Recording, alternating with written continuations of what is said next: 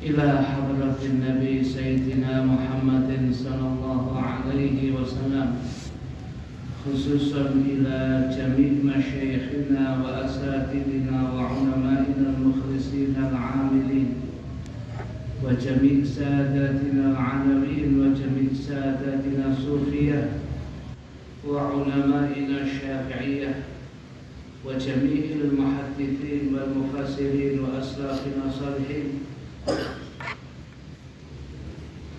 خصوصا إلى الإمام أحمد بن حسين الأصبهاني صاحب متن الغاية والتقريب، والشيخ محمد بن قاسم الغزي صاحب فتح القريب المجيب، والشيخ إبراهيم البيجوري صاحب حاشيته، أن الله يتغشاهم جميعا بالرحمة والمغفرة، ويعيد علينا من بركاتهم وأسرارهم على هذه النيات ولكل نية صالحة. الفاتحة.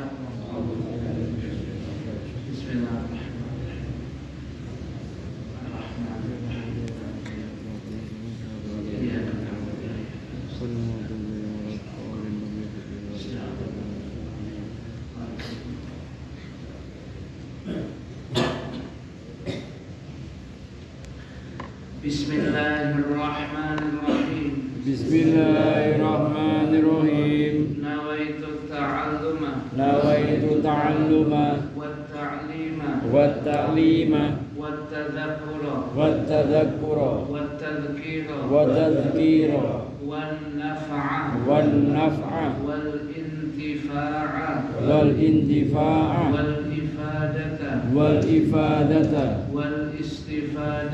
Wal-istifadata Wal-hatha Wal-hatha Ala tamassuki Bikitabillahi Wa sunnati rasuli Wa-du'a ilal huda Wa-dalalata 'alal khair Ibtigha'a Wajhillahi Wa maradatihi Wa qurbihi Wa Wa thawabih. Hadirat sekalian, jamaah musalla Darussalam Ciptomulyo yang senantiasa dimuliakan oleh Allah. Malam hari ini seperti biasanya, setiap 2 pekan sekali kita membaca kitab Fiqh Fathul Qarib Al-Mujib karya Syekh Muhammad Ibn Qasim Al-Ghazi, yang pada malam hari ini bahasan kita masih seputar tayamum. Kitab terjemah panjenengan halaman 85 bagian bawah wasalitun. Disebutkan wonten kitab Fathul Qarib Al-Mujib halaman 85 bagian bawah, insyaallah. Digoleki mboten ketemu, bisa jadi salah buku. Hadirat sekalian yang dimuliakan oleh Allah. Itu yang ketiga dari hal-hal yang membatalkan tayamum adalah ar-riddatu murtad. Na'udzubillah min dzalik. Wahia, sedangkan yang dimaksud dengan ungkapan ar-riddatu, riddah itu, murtad itu, qat'ul islami, terputusnya dari agama Islam. Na'udzubillah min dzalik. Pesan para nabi dan rasul kepada anak cucunya yang sering kita dengar, ungkapan ayat wala tamutunna illa wa antum muslimun. Janganlah kalian ini meninggal mati kecuali dalam kondisi Islam. Itu syarat mutlak ini. Ya, ketika orang itu matinya dalam kondisi Islam, dia masih ada harapan untuk bisa mendapatkan kebahagiaan akhirat. Dan itu passwordnya bahagianya akhirat, untuk membuka kunci bahagianya akhirat adalah mati dalam kondisi Islam. Jangan sampai kemudian tercabut keimanan kita. Sampai-sampai pelaku dosa besar pun, selama dia melakukan itu bukan menghalalkan dosa besar itu, bisa jadi khilaf, bisa jadi karena tidak tahu, bisa jadi tertutup nafsu, tapi tidak sama sekali menghalalkan. Pelaku dosa besar pun ketika mati dalam mazhab Ahlus Sunnah wal Jamaah masih dikategorikan muslim. Ya, makanya kula panjenengan tentu pernah mendengar di dalam kitab hadis Riyadhus Shalihin, orang yang membunuh 99. Tanya kepada orang lahir pendeta di Bani Israel, dia sudah membunuh 99, apakah dia bisa masuk apakah dia bisa taubatan nasuha? Kata pendeta itu, waduh nggak bisa, terus kakean sama niki. Akhirnya pendeta dipatahin bisa nanti. Jadi dijangkep walasane dijangkep pas 100. Ya, datang lagi kepada orang soleh, bisa nggak saya taubatan nasuha? Orang soleh itu jawabannya mantap, bisa. Asal ada niatan sama yang kemudian betul-betul taubatan nasuha, bisa. Nggak ada dosa yang tidak diampuni oleh Allah. Tapi jangan di sini. Kampung ini kampungnya wong ahli maksiat kabeh. Jangan pergi ke kampung sana. Ini kampung ini yang soleh tok. Jenengan mriko mau datang Citomulyo, wong soleh tok itu. Ya. Akhirnya kemudian disuruh sana. Belum sampai ke tempat sana, separuh perjalanan mungkin kurang, orangnya mati. Tetapi kalau sudah niatan baik ingin jadi orang baik tadi, dia pun kemudian mendapatkan maaf, maghfirah, ampunan dari Allah. Ujung-ujungnya mendapatkan kenikmatan akhirat. Oleh karena itu, dalam kehidupan kita, sesusah apapun kehidupan kita, jangan sampai masuk di dalam bidang riddah, murtad, keluar dari agama Islam. Insya Allah kalau kita ngaji buatan amin, harapan kita seperti itu. Tapi nggak jamin tadi, tidak ada jaminan. Ya, wong kita punya teman, kurang apa teman yang demikian ini? Ori, baca Qurannya Masya Allah, tartilnya Masya Allah. Ya, kemudian sanawiyahnya, aliyahnya juga negeri, kan pun saya kabel. Kemudian sampai menjadi pegawai tepat, bukan kurang apa ini? Ya, dan dia mubalik juga. Akhirnya dia terkena satu penyakit, yang penyakit itu kemudian memang lama. Nah, dalam proses penyembuhannya ternyata ada meditasinya. Nah, kebetulan meditasinya dia kemudian di lapangannya tentara itu, yang sana itu loh, nampak dia meditasinya di sana. Ujung-ujungnya kemudian dia disuruh masuk agama yang lain. Ya. Jadi sudah belajar agama sekian lama, ya kalau baca Qur'an, baca Ustaz itu saya. Tapi karena hidayah dan taufik itu dari Allah, akan meninggalnya malah berubah agama. Dia jadi Hindu. Lalu itu pegawai Jepang, ya. Akhirnya kemudian mati dan wafat dalam kondisi itu, dan dia akhirnya kemudian dikremasi, ya, akhirnya dikremasi dan dibakar di lawang. Oleh karena itu hati-hati. Hubungan pertemanan, hubungan persahabatan, semuanya harus dilandasi ukhuwah Islamiyah. Lek kira-kira sudah drempet enggak, wis boleh sindiat. Ya, hidup cuma sekali. Boten saged kemudian gak enak malah barzah balik nang cipta mulya. Boten saged lho. Kok gak enak sih aku kuburan iki. Balik tiang-tiang sing mlayu teko sampeyan. Ana sing gelem. Nah, oleh karena itu hidup cuma sekali. Jangan sampai salah jalan. Ya, dan panjenengan kalau sudah ada di musola ini, di masjid Salim ini, dan di majelis-majelis ilmu yang lain, itu sudah benar. Yaitu dilanjutkan sampai kapanpun juga. Pun jenengan pun benar. Ya. Dilanjutkan wonten kitab Fathul Qorib iki.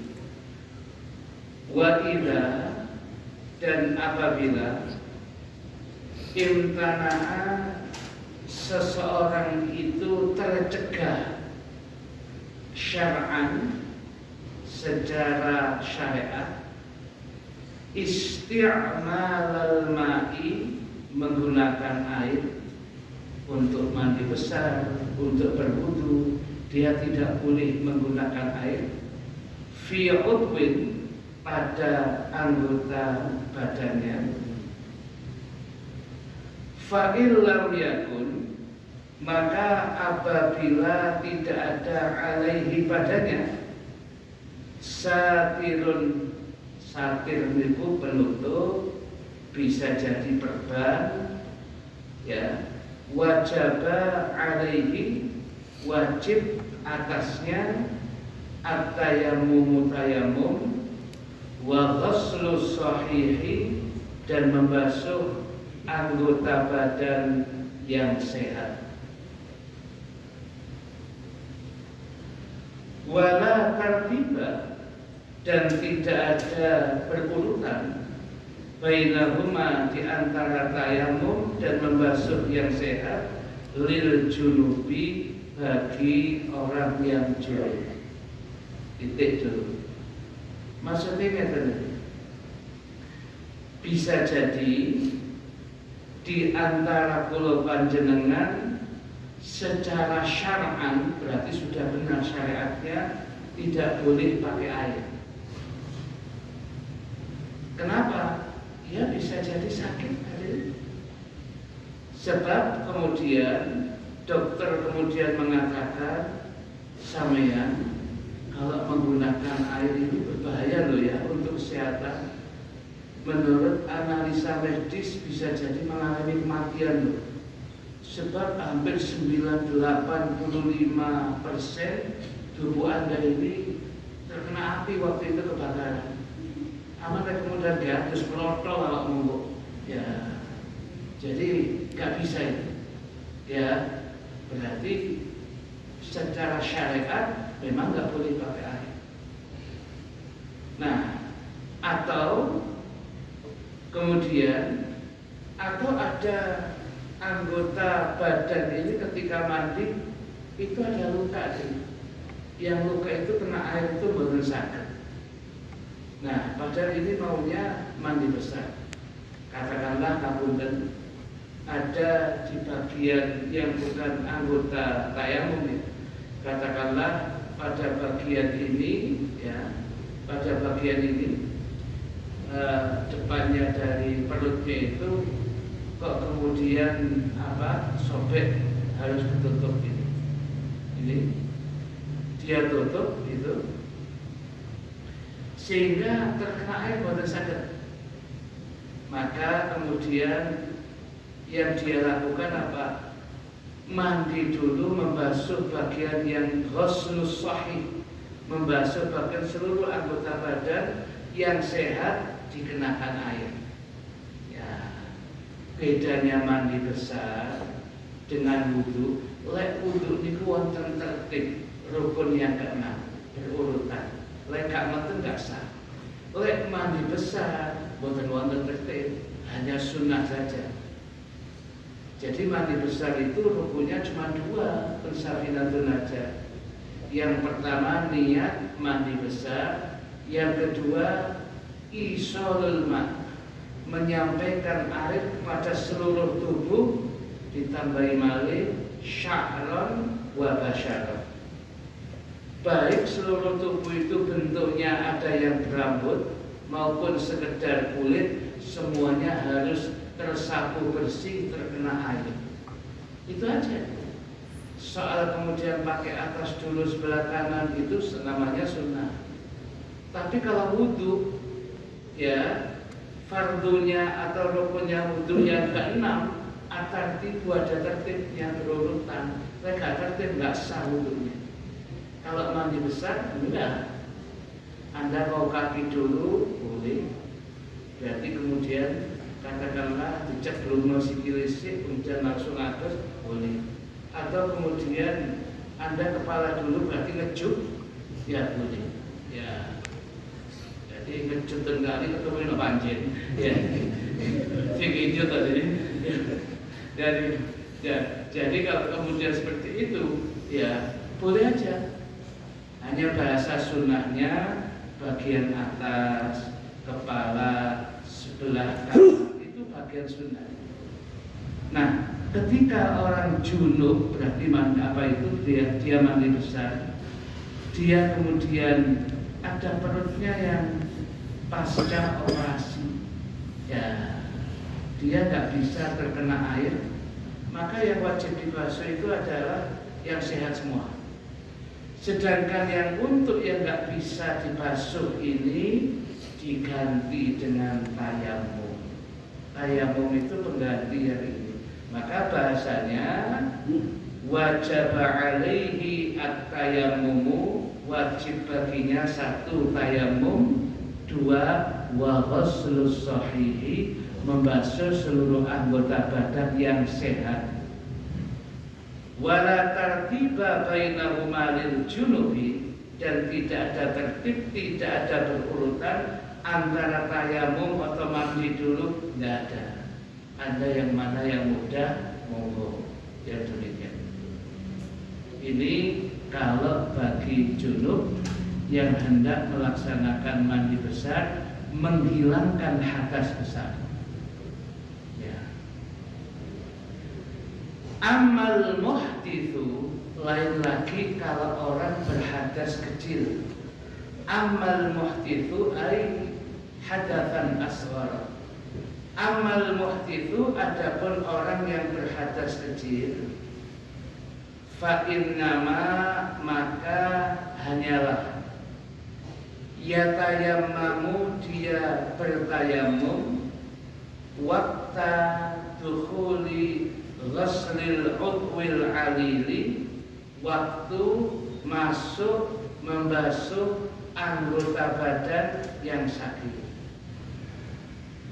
Kalau kemudian panjenengan berwudu dan di situ ada tayamumnya juga, ya tayamum Anda untuk apa? Pengganti apa? Pengganti kaki saya, ya.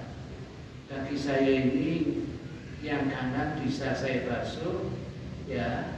Sedangkan yang kiri, ya ini nggak bisa saya basuh. Kenapa? Waktu kemarin Piala Dunia ini digaprak saya ini. Ya. Sehingga Pak Ronaldo, waduh Pak teman, ya. Nah, kemudian akhirnya ini nggak bisa dikenakan air. Berarti ada anggota wudu yang bukan anggota tayamum, tapi anggota wudu, contohnya kaki, ini tidak bisa dibasuh air. Maka nggak boleh tahu-tahu tayamum, nggak boleh. Kalau tahu-tahu tayamum, karena itu pengganti kaki, kaya-kaya jenengane wudu langsung disasar kaki sebelah kiri. Ini boten salah. Wudu itu ada tertibnya. Jadi bagaimana Ustaz? Wudu biasa, ya, sambil kemudian niat itu membasuh wajah seperti biasanya. Setelah wajah selesai, tangan kanan 3 kali sampai tuntas. Setelah tangan kanan selesai, tangan kiri kemudian 3 kali sampai tuntas. Kemudian lagi mengusap sebagian kepala, ya, atau mengusap seluruhnya. Kemudian sunnahnya kuping kalau mau berkenan. Kemudian membasuh kaki yang sebelah kanan. Nah, ketika selesai membasuh kaki yang sebelah kanan, sekarang membasuh kaki yang sebelah kiri. Nggak bisa, Ustaz. Ini pakai kemudian ada penutupnya. Nggak bisa. Nah, ketika nggak bisa itulah Anda diganti dengan tayamum. Betul berarti. Jadi penggantinya dengan tayamum. Nanti ketika diganti dengan tayamum, apakah kemudian ya, harus nanti kemudian diqadha lagi sholatnya? Tergantung cara meletakkan perkara. Tetapi kalau kemudian memang semuanya nggak bisa dan itu tidak ada perbannya, tapi memang nggak bisa dibasuh kondisi sakit, ya sudah, penggantinya di tayamum itu. Apakah kemudian diqadha? Boten, itu sudah pengganti, sudah pengganti yang sakit. Ya. Ini yang perlu kemudian kita ketahui. Atau kemudian yang kemudian sakit itu adalah kepala bagian atas, ya, yang diusap pun boten sakit. Karena memang sakit, ya nggak boleh langsung tayamum pakai kepala. Seakan-akan jenengan wudhu yang disasar langsung kepala, boten sah. Apa? Wajah dulu.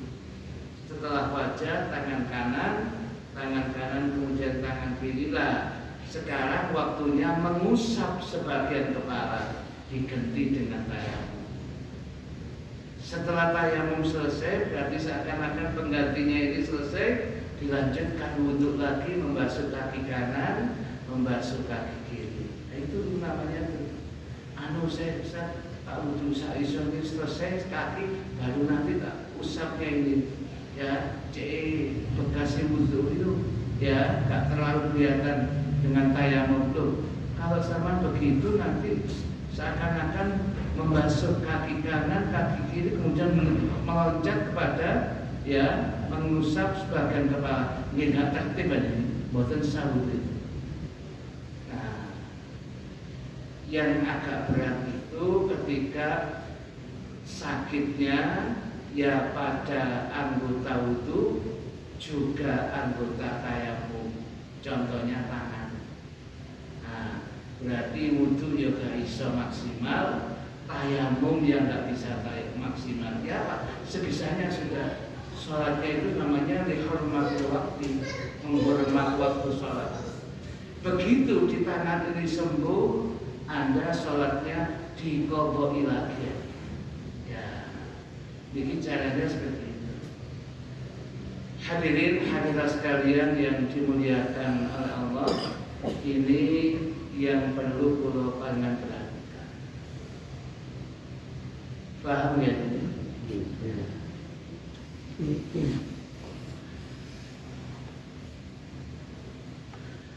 Fa in kana 'alal udwi, ya, maka apabila pada anggota badan itu terdapat satirun penutup, kalau tadi yang kita sebutkan tanpa satir, tidak ada perban, tidak ada penutup, plesternya nggak ada, kemudian tensoplasnya nggak ada. Sekarang yang kita bahas yang ada itunya. Fa in kana 'alal udwi, maka apabila pada anggota yang dimandikan, yang kemudian diwudhui itu ada satirun, ada penutupnya, bisa jadi bentuknya adalah perban. Fa hukmuhu, maka hukumnya madhkurun, disebutkan fi qaulil musannifi, di dalam ucapan musannif pengarang kitab Matnul Ghayah wa Taqrib. Ini katanya kalau orang itu menggunakan perban, cara kemudian berwuduknya atau mandi besarnya. Wasahibul jabair, sedangkan orang yang mengenakan perban, ya sahib itu maknanya yang mengenakan atau pemilik, ya kita terjemahkan perban mohon, saya diterjemah pembalut kok kainan. Ya. Wasahibul jabair, sedangkan orang yang mengenakan perban. Kata-kata al-jabair itu jamak taksir, malahan sirat muntahal jumuh dari jam'u jabiratin, jamak dari lafaz jabirah.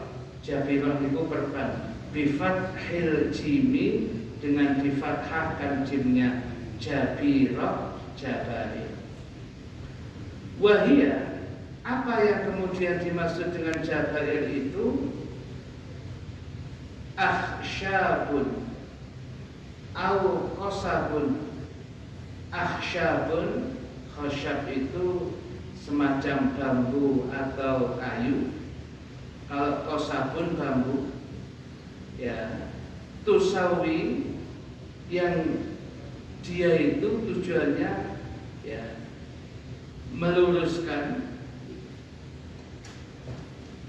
atau tusawa wa tusyaddu, yang diluruskan dan dikeraskan, ala maudhi'il kasri, untuk tempat pecahnya anggota badan, retaknya, liyal tahima, untuk kemudian kembali mendarah daging lagi. Zaman biyen ya. Zaman dulu ya, zaman dulu itu tidak sehebat sekarang. Kalau sekarang mungkin dengan berbagai macam teknik yang lebih. Zaman dulu adanya cuma kayu, mereka dulu pering ditutup kemudian dibelebet supaya nanti kembali kemudian pada kondisi awal. Jadi anu ya, saulan aja digerakno.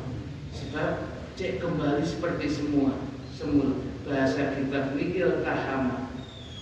Apa itu kembali seperti semula, mendarah dagingnya balik asal. Ya, jadi seperti itu, sehingga ya, kalau sampai sahibul jabair ini, ya orang yang mengenakan perban tadi, yamsahu alaiha, dia boleh cukup mengusap di atasnya perban itu, diusap. Jadi tidak usah perbannya dicopot, disiram, nggak mungkin. Ya, dia kemudian boleh ya dengan cara apa itu, mengusap atasnya bil ma'i, dengan air. In lam yumkinhu, apabila tidak memungkinkan baginya, naz'uha, mencabut, melepas jabair. Li khaufi dhararin, dikarenakan khawatir, takut bahaya, mimma sabaqa, dari apa-apa yang telah berlalu. Tapi ada syaratnya ini, ya saya baca dulu ini. Kalau memang kemudian bisa jabair perbannya dicopot ketika berwudu atau mandi besar, ya copot tadi. Boten saged Ustaz, niki boten angsal niki. Ana di semen barang niki. Kalau memang kemudian memang dikip boten mungkin, berarti ya dibolehkan cukup mengusap di atasnya kipnya itu. Tapi ada syaratnya. Waya tayammamu, setelah mengusap itu masih ada kewajiban tayamum. Waya tayammamu, dan bertayamum sahibul jabairi, pemilik perban itu, yang mengenakan perban, fi wajhihi, pada wajahnya, wayadaihi, dan kedua tangannya. Maksudnya tayamumnya pada wajah dan kedua tangan. Kama sabaqa, sebagaimana yang telah berlalu. wa yusalli, dan kemudian dia sholat. Ya. Jadi hadirin sekalian, ini ya, ketika di situ ada perban, katakanlah anggota wudhunya tangan itu, kemudian katakanlah yang menggunakan perban itu, katakanlah umpamanya kaki ya. Nah, nanti pada kaki itu, karena kaki itu ketika wudhu harus dibasuh, dicopot boten saged, maka dia boleh sekedar mengusap-usap di atasnya perbannya, tapi tidak sekedar mengusap, ditambah dengan tayamum, dengan catatan setelah itu dia boleh sholat. Lah, sholatnya itu dianggap sah dan tidak usah i'adah, dan tidak usah mengulang sholatnya. Ada syaratnya, wala i'adata alaihi, dan tidak ada i'adah, mengulang sholat taginya, ingkana waqtuha, apabila dia meletakkannya, al-jabairi, meletakkan perbannya itu ala tuhrin, dalam kondisi suci, kondisi suci dia. Wakana, dan kemudian jabairnya itu tadi, perbannya fi ghairi a'dha'i tayammum, bukan pada tempatnya anggota-anggota badannya tayamum.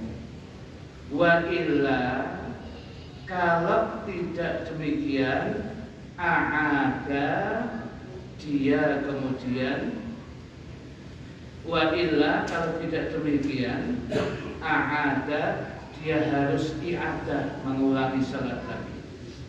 Jadi syaratnya orang yang menggunakan perban, yang sholatnya dihukumi sah dan nggak usah i'adah, mengulang.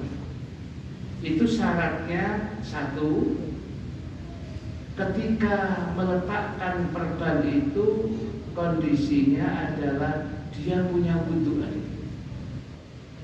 Namunten jenengan ketika diperban ini dari UGD sama dua wudhu, waduh betul semarang usah menggunakan digotong tiang ada. Ya saya dibawa tiang nggak tahu waktu itu wudhu apa enggak, berarti nggak jelas ini. Nah, berarti kalau tidak jelas, berarti berarti belum selesai. Atau kemudian yang terkena itu kemudian tempatnya juga tempatnya untuk tayamum, berarti tayamumnya nggak maksimal. Maka kalau seperti itu, ujung-ujungnya nanti tetap i'adah, mengulang. Jadi kalau ada teman, na'udzubillah min dzalik, Allah yahfadzna wal muslimin, ya jangan sampai ada teman di antara kita, ada orang itu kemudian jatuh, keserempet, atau kemudian harus kemudian pakai perban, pakai kip dan sebagainya. Itu kemudian yang harus diperhatikan ketika makainya kipnya itu, perbannya itu dalam kondisi tuhrin, dia suci, punya wudhu. Rasa-rasanya kok sulit Ustaz yang demikian itu. Sebab waktu itu ya orang sudah cari selamatnya, cepatnya, bagaimana ditangani. Ya, berarti kalau begitu untuk ini tidak terpenuhi. Atau kemudian yang terkena sakit itu bukan anggota yang biasa digunakan tayamum, wajah dan tangan. Kalau itu berarti tayamumnya pun juga tidak maksimal. Kalau sudah seperti itu, wajib baginya kalau sembuh i'adah, mengulangi sholatnya. Selama sakit itu berapa sama sholatnya? Saulan insyaallah lebih berkat Ustaz sampai sembuh. Ya sama kodok itu dah selama 1 bulan itu dikodok pelan-pelan. Tapi ini kodok ya nggak dosa. Karena apa? Memang sakit. Jadi bukan sekedar diusap warawis tayamum, warawis gak sholat gak diulang. Kalau nggak tepat, ketika meletakkannya tidak pada kondisi suci, gak punya wudu, atau yang terkena itu tangan atau wajah yang tayamumnya juga enggak maksimal, ya tetap mengulang salatnya. Kemudian yang tidak kalah pentingnya adalah jadi peletakan perban itu. Jadi perban itu kadang-kadang ngapunten, andai kata orang sakitnya sekian juga nggak sampai penuh. Ya. Perban itu seharusnya sekedar menempel gitu aja. Ya, sekedar menempel, pokoknya nggak lepas, kuat. Tetapi kan di antara kita sakitnya cuma sedikit, perbannya kan tiga. Ya, jadi berarti ada anggota badan yang sahih, yang sehat, harusnya terkena air, tidak terkena air. Muskilah masalah. Terus, ya berarti kalau nanti sudah sembuh, harus i'adah, harus mengulangi sholatnya lagi. Ini fikih yang kadang-kadang orang tidak kepikiran. Harus hati-hati. Ya. Paling enak ya Ustaz. Ya nggak loro. Ya harus sudah ya sedikit sudah. Itu cara seperti itu. Nah, ini ya yang perlu pulau panjang perhatikan. Terakhir lagi setelah itu kita buka pertanyaan. Wa illa a'ada. Saya kira cukup ini panjang jadi. Ya. Saya kira kita hentikan dulu di sini sebab bisa jadi pertanyaan nanti banyak dan bertubi-tubi. Ya, monggo ingkang bagi tanglet dipersilakan. Ya, Malik monggo. Apakah yang lagi nikahnya tidak batal? Sambut. Ya.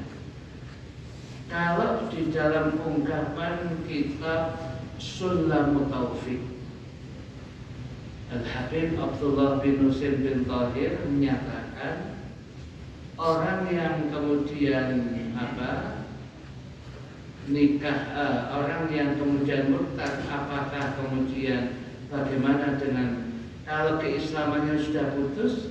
Kalau keislamannya sudah putus itu nikahnya baru saja, jawabannya iya, tetapi tidak serta-merta. Artinya kalau putusnya iya, karena berarti dianggap beda agama berarti. Ya, tetapi masih diberikan kesempatan kepada sang suami yang murtad tadi untuk kembali kepada agama Islam dengan mengucap 2 kalimat syahadat.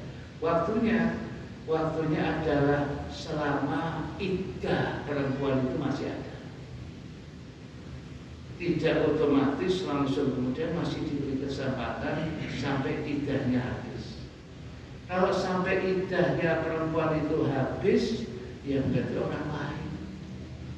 Nah, kalau masih orang lain, pasti berkumpul satu rumah, berkumpul begitu, ya ngapunten zina, ya itu harus hati-hati.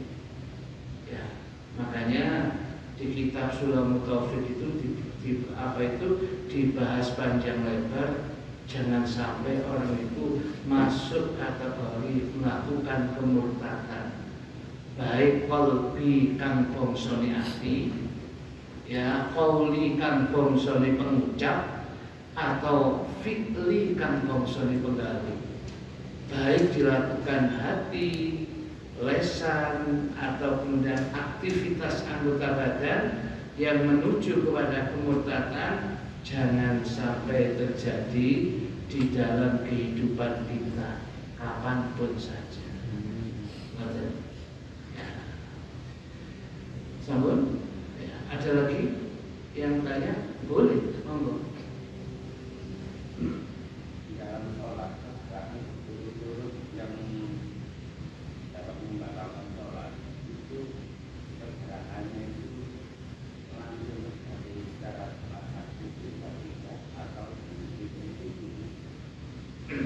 atau di satu akan kupon aja, tapi berbentuk bersih atau secara langsung. yang dikatakan gerakan 3 kali berturut-turut yang mualah itu bisa jadi wujudnya adalah satu gerakan yang berkali-kali sekaligus. Kalau kemudian berhenti ya nggak 3 kali, nggak, bahasanya nggak berturut-turut, itu ya sekali, nggak 3 kali berturut-turut. Ya, orang itu mau maju ke depan karena di situ ada lubang, ada satu sob seizat dileboni seiso, dia jalan set pokoknya tumak ninyahnya biqadri subhanallah, dia subhanallah, jalan lagi dalam hati subhanallah, jalan lagi subhanallah, sampai nutup, dia bisa nutup yang depan itu, ya sudah, berarti jalannya sekali, tidak dikatakan 3 kali berturut-turut, karena memang faktanya sekali mandek, dia sekali mandek, gitu ya. Jadi 3 kali berturut-turut itu, atau 3 kali tadi del yang dilakukan satu anggota badan, seperti kaki tadi del jalan. Saya lihat teman-teman itu ada yang kelompok begini itu langsung semua tuh, itu bukan mazhab kita. Ya, bukan bisa jadi itu mazhabnya diri. Ya jadi ditiru sih. Mazhab apa? Ya mungkin mazhabnya mazhab ta'awud. Ya, ya. Jadi ya, kita sendiri juga iki ya bukan lebih mungkin ya dia punya guru. Nah, kemudian lagi bisa jadi tadi itu yang melakukan 3 kali berturut-turut dan pada waktu yang sama beberapa anggota badan. Contohnya katakanlah tangan digerakkan, kaki dijalankan. Itu sekaligus berarti gini 2, ini 2 jalan 2, berarti sampai 4. Padahal itu ini 2, tapi ini sekaligus. Berarti gerakannya berbeda anggota badan, dihitung sekali, ya apa itu? Ya itu batal, ya seperti itu. Jadi begitu. Ya. Masih ada yang ditanyakan? Monggo, saya pilih. Tapi kan ada sebagian buku yang harus ditayamuni. Apa? Ada sebagian buku yang harus ditayamuni. Oh, buku ya. Nanti kalau sudah sholat wajib, apakah harus berdoa menggunakan untuknya ada tayang? Kan sudah saya katakan nanti mau sholat bisa itu, apakah harus berdoa dan tayang?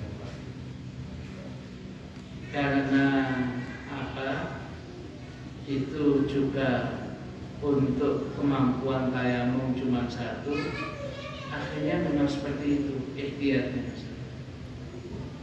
Jadi yang beliau tanyakan ini, saya wujud 30 kali sholat, gak apa-apa Ustaz Guru. Tayamum kan sekali lain, ada wudhu, ada tayamumnya.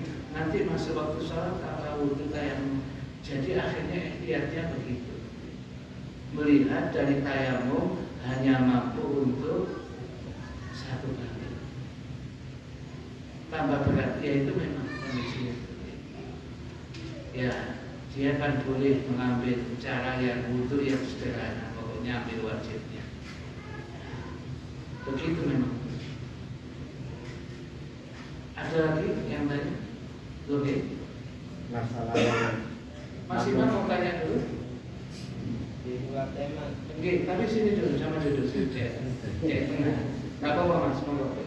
Balik tamang dulu. Monggo masih mau tanya. masalah yang makmum dan jamaah supaya kalau tadi yang belakangnya nggak mau maju tetap dilibani, apakah mengurangi kesempurnaan dalam sholat?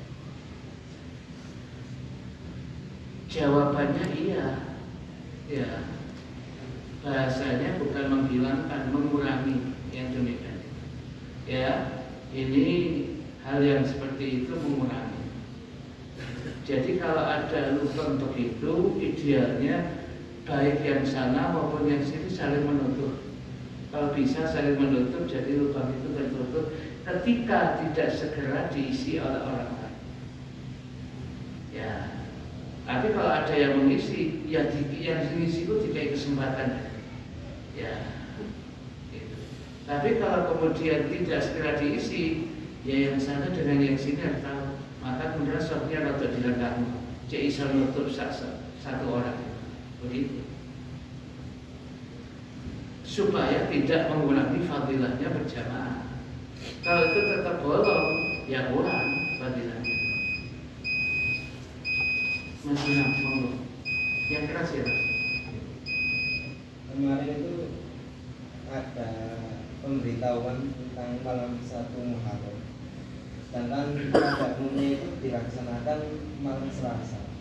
Kemudian ada yang melaksanakan malam Rabu. Apakah penentuan Muharram itu harus memakai ru'yatul hilal seperti Ramadan? Insyaallah tidak, sedangkan bulan Dzulhijjah itu tidak ada ru'yatul hilal. Namun di dalam ungkapan fikih melakukan ru'yatul hilal setiap bulan hukumnya fardu kifayah, kewajiban bersifat kolektif. Maka yang dilakukan PBNU melewati lajnah falakiyahnya adalah untuk mengukurkan kewajiban yang bersifat kolektif itu fardu kifayah.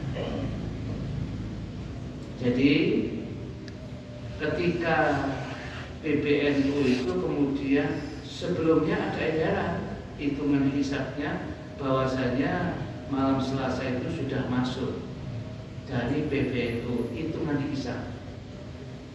Kemudian dilaksanakan ru'yah di 25 tempat. Ya, akhirnya kemudian di 25 tempat itu katanya tidak ada yang berhasil. Dari situ Lajnah Falakiyah PBNU mengatakan kami tidak berhasil meruqyah bulan 1 Muharram, jadinya istiqmal, sempurna hitungannya 30 hari. Versi ini 1 Muharramnya malam Rabu, bukan malam Selasa. Tetapi ingat, bahasanya ikhbar. Maka yang disampaikan Lajnah Falakiyah bukan isbat, ikhbar. Apa sih ikhbar itu? Memberitahu tentang gagalnya meruqyah hilal. Bahasanya ikhbar. Ikhbar itu tidak mengikat. Ikhbar itu tidak mengikat semua orang. Yang mengikat isbat pemerintah. Bedakan. Ya, orang-orang kemudian harus dicerahkan. Ya, cegah. Oh, kalau NU mau bela dewa, bukan soal begitu, ini itu sudah bukan begitu. Didudukkan pada ilmunya yang tepat. Ikhbar, memberitahu, itu tidak ada kekuatan harus diikuti. Kecuali kalau sudah ikhbar masuk kemudian di tangan ranah pemerintah, masuk ke Menak, kemudian disidangkan, menteri mengumumkan malam ini 1 Muharram, itu namanya isbat. Kalau isbat mengikat, itu mengikat se-Indonesia, karena ya, taat kepada pemimpin ulil amri sebuah keharusan ketika mereka memang benar. Ya, jadi kemarin itu menurut ikhbarnya Lajnah Falakiyah PBNU di 25 tempat yang dilakukan ruqyah mereka gagal. Karena gagal istiqmal berarti 30, tidak malam Selasa tapi malam Rabu. Sedangkan yang kejati itu tidak mengikat, memberitahu itu bahasanya liman saddaqahu faqat, bagi yang percaya. Si gak percaya ya gak salah ini. Itu bukan isbat. Sedangkan Menara Kudus juga punya hitungan sendiri. hitungan Menara Qudus itu malam Selasa itu sudah 1 Muharram, sebab kalau dihitung hisab 3, sekian lebih daripada peraturannya Mabim ASEAN. Jadi Ru'yatul Hilalnya ASEAN itu 3 lebih. Harusnya terkena, bisa dilihat. Tapi jadi dari ungkapan ini menunggu pengumuman selanjutnya dari pemerintah. Dari ungkapan ini maka kemudian 1 Muharramnya malam Selasa versi kalender Menara Qudus.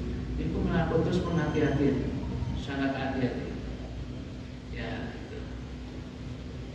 Dan yang dijadikan patokan itu umumnya di Menara Qudus, karena hitungannya paling valid.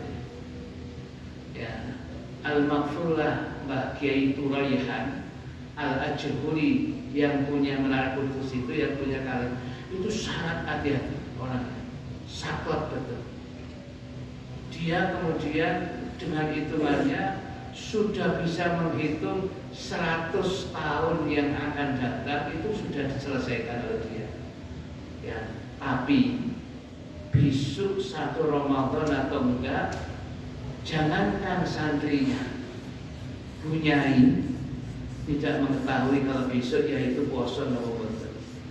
Karena yang namanya hisab itu kembali bagian percaya dan tidak harus disampaikan. Sedangkan kalau disampaikan itu pun bagian percaya. Sedangkan berarti hisab pun boleh percaya bagian, boleh dilakukan bagian percaya.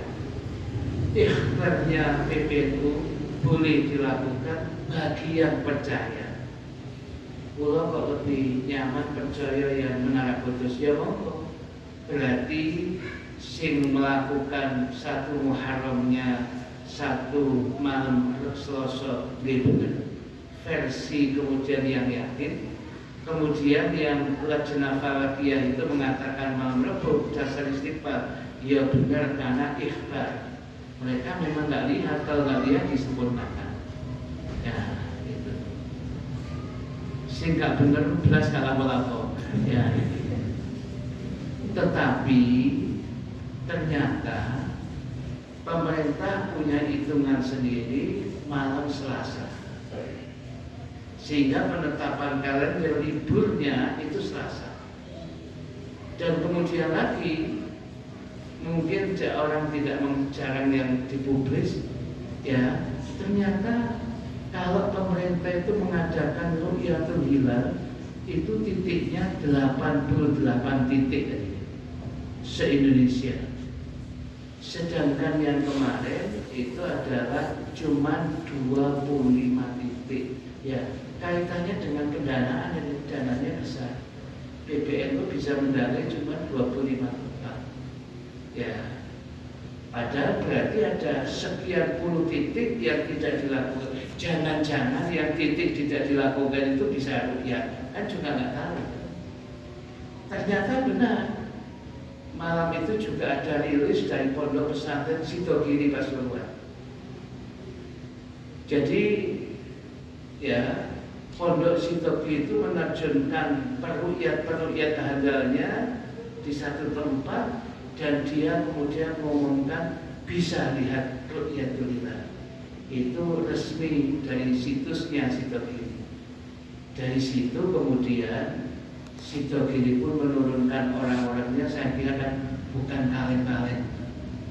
Mereka itu pondok yang sepuh, yang tua, yang sangat hati-hati kepada syariat. Yang kalau sudah berani mengumumkan ru'yat, berarti memang orang-orangnya handal. Dari situ semakin mantap bahasa yang kemudian malam Selasa itu yang dikatakan tidak melihat di 25 titik. Yang enggak ada di 25 titik yang dilihat dari Sidogiri kelihatan. Berarti kalau begitu kembalinya ya, berarti kita mengikuti ru'yat ya dari ikhbarnya Sidogiri. Ikhbarnya Sidogiri mengatakan kami melihat. Wah, aku yakin ya Sidogiri. Jangan kemudian ikuti, ya sah. malam Selasa itu mengikuti ru'yatnya Sidaqiri, bisa di samping hitungannya menara kalender menara kudus seperti itu.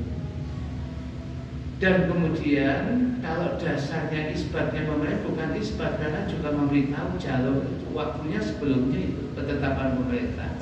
Isbat itu kalau sudah ru'yat benar baru diisbat, ini kan jauh. Berarti pemerintah juga menggunakan hisab. Sebab dianggap satu Muharram itu masih tidak sekrusial satu Ramadan dan satu Syawal. Kalau satu Ramadan tidak digunakan ru'yat bersama, khawatir terjadi kekacauan. Satu Syawal pun demikian. Satu Dzulhijjah, nanti ketemu 10 Dzulhijjah mas. Satu Dzulhijjah pasti ru'yat mas, pemerintah. Ada itu laporannya, mesti itu. Ya, nanti kalau sudah ketemu tanggal satunya, tinggal ngitung 10 pasti itu, pasti ya itu sudah. 3 itu mesti dihitung mas. Ya yang lain itu yang nggak dihitung.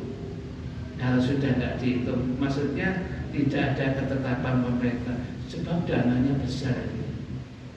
Menurunkan ru'yah di 88 itu dananya besar. Ya. Padahal fardu kifayah tiap bulan awal jadi ru'yatul hilal, inilah yang mendasari pesantren Sidaqiri. Mungkin yang lain menurunkan ru'yatnya karena gugurno fardu kifayah wong se-Indonesia. Ya itu. Jadi kemarin lihat, ya kita yakin Sidaqiri begitu. Nah kalau sudah begitu ya kita malam Selasa. Ya jadi kalau sudah malam Selasa disapu. Kalau kok malam Rabu, monggo yakin itu jenengan boten apa. Kok kalau yakin ini malam Kamis abogi sampai itu. Lain Jawa itu kan kadoan zaman itu. Sama enggak apa-apa. Ya, begitu Mas ya. Ya, caranya begitu saja. Kalau satu Ramadan pemerintah turun tangan, khawatir terjadi kekacauan. Satu Syawal, satu Dzulhijjah, karena kaitannya dengan ibadah yang maksimal. Kalau satu Muharram, puasa sunnah, baca ayat kursi 320 dengan Bismillah, kan tidak semua orang membaca. Ya, tidak semua orang membaca yang demikian. Ya. Kalau moco saat pulau ini moco, ya papat 80-an, 80 jadi, ya jadi seperti itu. Jadi begini mas, jenengan ningali kalender pun ningali berfitur yakin sudah lakukan beberapa. Tapi untuk jenengan, nah begitu untuk menggerakkan semua orang, maksudnya untuk semua harus percaya pemerintah, itu harus pemerintah supaya kemudian ada keseragaman. Ya, ini sebenarnya kalau sudah pemerintah sudah menyatakan, ya yang lain harus tunduk. Dan itu ada organisasi yang nggak tunduk, ada kemudian ada pondok pesantren yang ngomongkan itu karena mass medianya sekarang sudah masif nggak kayak biyen mas. Ya, jadi kembalinya kepada ikuti pemerintah, karena pemerintah dalam hal ini hati-hati mas, bukan ya pemerintah kan dolim itu si bagian kono, si bagian MPG itu, singki lagi asik hati-hati ya. Nah sama dulu MPGD ya masih pemerintah kalau masih begini ini dikawal hati-hati sebab masih banyak ulamanya diikuti mawon yang demikian, kecuali menetapkannya dengan dasar hisab yang harus yakin kita. Kalau sudah ru'yatul hilal, hadal dan sebagainya ditetapkan pemerintah istighfar, kita ikuti. Nah kemarin tidak ada.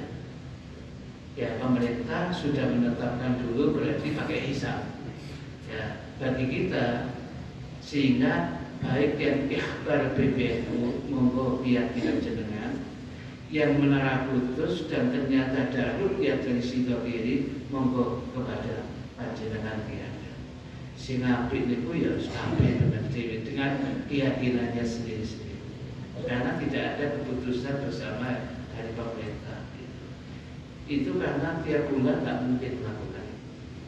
Ya, yang mungkin itu ya teman-teman lajnah falakiyah itu yang bisa, karena tiap bulan mesti masih rilisnya ada. Ya, tapi di sebatas ikhbar, memberitahu. Dan memberitahu itu bagi yang percaya di monggo, bagi enggak ya enggak apa-apa, enggak mengikat. Yang mengikat itu kalau isbat ketetapan pemerintah. Betul nih? Sudah pertanyaan Mas Imam cuma satu, tapi nanti waktu saya sudah cukup.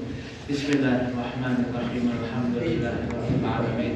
Allahumma shalli wa sallim ala sayyidina Muhammadin wa ala alihi wa sahbihi ajma'in.